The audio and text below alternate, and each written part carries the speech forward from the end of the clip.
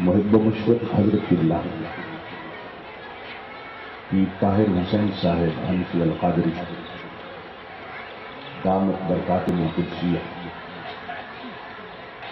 دیگر معزز مشائخ علماء کرام اور محترم حاضرین و سامعین،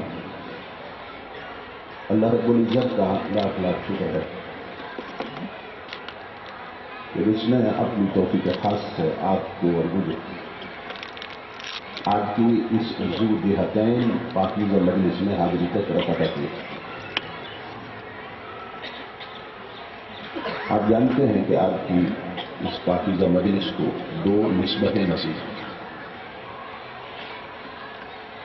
ایک نسبت رابعہ عصر مخدومہ منگانی شریف کے چہلم شریف کی، اور دوسری نسبت قدوۃ الاولیاء حضرت قبلہ عالم منگانوی کے عرس سے۔ میرے لیے یہ بات انتہائی اعزاز کا باعث ہے کہ میں سرمایہ ملت عاشق رسول محترم المقام شیخ طریقت حضرت قبلہ پیر سید رفاقت علی شاہ صاحب زیدہ مجدہ کے حکم کی تعمیل میں اس عظیم علمی، فکری اور روحانی مرکز پر آپ حضرات سے خطاب کی سعادت حاصل کر رہا ہوں۔ جب سے حضرت کا ذکر خیر سنا، میری طلب رہتی تھی کہ مجھے آپ کے آستانہ عالیہ تک رسائی نصیب ہوا۔ میرے لیے یہ بات بڑے اعزاز کا باعث ہے۔ دیدار کے قابل تو کہاں میری نظر ہے، یہ تیری عنایت ہے کہ رخ تیرا ادھر ہے۔ اللہ پاک ان ہستیوں کا سایہ تادیر ہمارے سروں پہ قائم رکھے اور ان کے فیضان سے ہم سب کو ہمیشہ مستفیض ہونے کی توفیق عطا فرمائے۔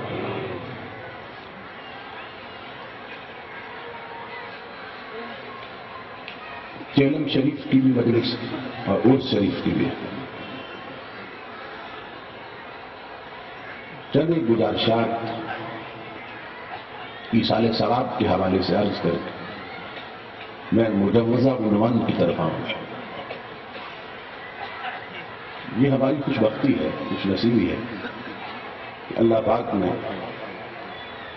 ہمیں ایک ایسا دین کامل عطا کیا کہ جس کا تعلق اپنے ماننے والوں کے ساتھ اس دنیا میں بھی قائم رہتا ہے، قبر میں بھی قائم رہتا ہے اور حشر میں بھی قائم رہنا ہے۔ اور ایصال ثواب کی یہ مجالس جو کبھی کل شریف کے عنوان سے قائم کی جاتی ہے، کبھی چہلم اور 40واں کے عنوان سے قائم کی جاتی ہے، کبھی برسی، سالانہ اور عرس کے عنوان سے قائم کی جاتی ہے، اپنے گزر جانے والوں کے ساتھ تعلق قائم رکھنے کا اور تعلق قائم کرنے کا ایک ذریعہ اور وسیلہ ہے۔ حضور نبی اکرم صلی اللہ تعالی علیہ وآلہ وسلم نے فرمایا، الدعاۃ علی الخیر کفاعلہ، نیکی کی طرف دعوت دینے والا ثواب پانے میں نیکی کرنے والے جیسا بن جاتا ہے۔ دوسری حدیث پاک بھی اسی مفہوم کو واضح کر رہی ہے۔ امام الانبیاء صلی اللہ علیہ وسلم نے فرمایا، من دل علی خیر فلہ مثل اجر فاعلہ، کہ جو نیکی کی طرف راغب کرتا ہے اور نیکی کی طرف لوگوں کو دعوت دیتا ہے، اس کی دعوت سن کر جتنے لوگ نیکی کے راستے پہ چل پڑتے ہیں، جتنا چلنے والوں کو ثواب ملتا ہے اتنا ہی چلانے والوں کو عطا کیا جاتا ہے۔ تیسری حدیث پاک بھی اسی مفہوم کو واضح کر رہی ہے۔ امام الانبیاء نے فرمایا، المؤذن یشہد لہ کل رطب و یابس، مؤذن جب آذان دیتا ہے اس کی آواز جہاں تک جاتی ہے، ہر خشک و تر شے قیامت کے دن اس کے حق میں گواہ بن جائے گی۔ توجہ طلب کی بات، فرمایا مؤذن جب اذان دیتا ہے تو ہر خشک و تر شے قیامت کے دن اس کے حق میں گواہ بن جائے گی۔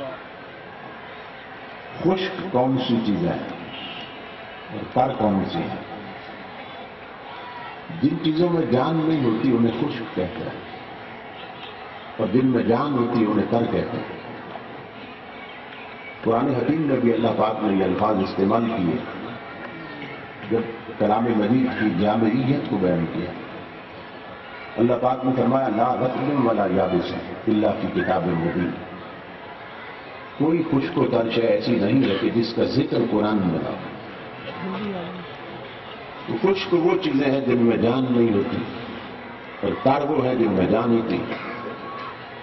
امام الانبیاء فرماتے ہیں کہ مؤذن کی آواز جہاں تک جاتی ہے، ہر وہ شے جس میں جان ہے وہ بھی قیامت کے دن اس کے حق میں گواہ بن جائے گی، اور ہر وہ شے جس میں جان نہیں ہے وہ بھی قیامت کے دن اس کے حق میں گواہ بن جائے گی۔ یہاں ایک نقطہ بیان کر کے آگے بڑھنا چاہتا ہوں۔ کچھ لوگ کہتے ہیں کہ جنہیں تم پکارتے ہو وہ قبروں میں مر کے مچی ہو گئے، معاذ اللہ استغفر اللہ۔ ان کی دلیل یہ ہے کہ جب مچی ہو گئے تو کیا مچی بھی سنتی ہے؟ تو امام الانبیاء صلی اللہ علیہ وسلم کی یہ حدیث پاک بتا رہی ہے کہ مؤذن کی آذان مچی بھی سنتی ہے، پتھر بھی سنتے ہیں، ڈھیلے بھی سنتے ہیں۔ دلیل یہی ہے نا، وہ تو مچی ہو گئے، حالانکہ مچی نہیں ہوتے، وہ آگے اگر وقت ملا تو میں اس طرف آؤں گا۔ مچی نہیں ہوتے، لیکن برسبیل تنزل ان کی مان لی کہ مچی ہو گئے تو کہتے ہیں مچی بھی سنتی ہے۔ ہاں نادان اس حدیث پہ غور کر، مچی بھی سنتی ہے۔ مؤذن کی آواز پتھر اور ڈھیلے بھی سنتا ہے، اور صرف سنتے نہیں ہیں، کل قیامت کے دن یشہد لہ اس کے لیے گواہی دیں گے۔ تو پتہ یہ چلا کہ مچی سنتی ہی نہیں، مچی بولتی بھی ہے۔ وہ تو صرف سننے کا منکر تھا، تو سننا بھی حدیث سے ثابت ہو گیا اور اس کا بولنا بھی حدیث سے ثابت ہو گیا۔ مٹی سنتی ہی نہیں، مٹی بولتی بھی ہے۔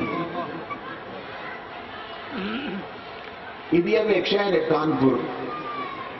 کانپور، وہاں ایک مسجد بن رہی تھی، اور اس بات کو مریضان دیوبند کے حکیم الامت مولوی اشرف علی تھانوی صاحب نے بیان کیا۔ وہاں ایک مسجد بن رہی تھی، ایک پرانی مسجد تھی، اس کے ماتھے پہ 2 مینار تھے سامنے۔ انہوں نے ایک سائڈ سے جگہ خرید لی، پروگرام یہ بنایا کہ اس سائڈ کا مینار گرا دیتے ہیں، اور جب حال بڑا ہو جائے گا تو پھر دوسرا مینار کھڑا کر لیں گے۔ ایک طرف کا مینار گرانا چاہتے تھے۔ مولانا تھانوی کہتے ہیں کہ جس دن مینار گرایا جانا تھا اس سے پہلے جو رات گزری، اس مسجد کے پڑوس میں ایک بزرگ نے خواب دیکھا کہ جس مینار کو گرایا جانا تھا نا، وہ دوسرے مینار کے گلے لگ کے رو رہا تھا۔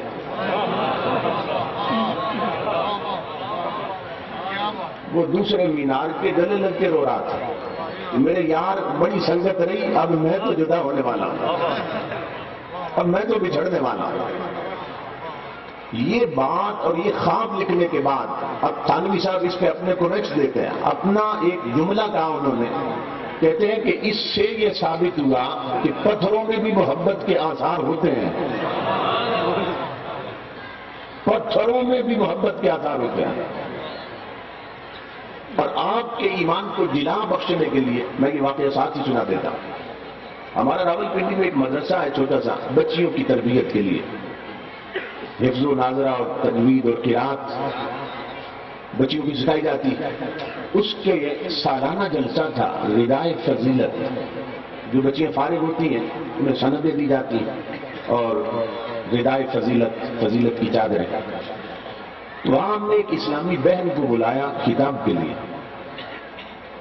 وہ حافظہ بھی ہے اور عالمہ بھی۔ اس بچی نے اللہ کی قسم کھا کے بیان کیا، وہ کہتی ہے میں اپنے خامد کے ساتھ مدینہ پاک میں گئی، عمرہ پہ گئے، پھر مدینہ پاک حاضر ہوئے۔ وہاں جب پہنچے نا، ایک دن ہم زیارات کے لیے نکلے احد کے میدان کی طرف، وہاں فاتحہ خوانی کی شہدائے احد کے مزارات پہ۔ ساتھ ہی کیونکہ پہاڑ ہے، ہم تھوڑا نہ چلتے چلتے اس پہاڑ کے قریب چلے گئے، وہ پہاڑ کے قریب۔ وہ کہتی ہے کہ میں بیٹھ گئی اور میں پتھر چننے لگی،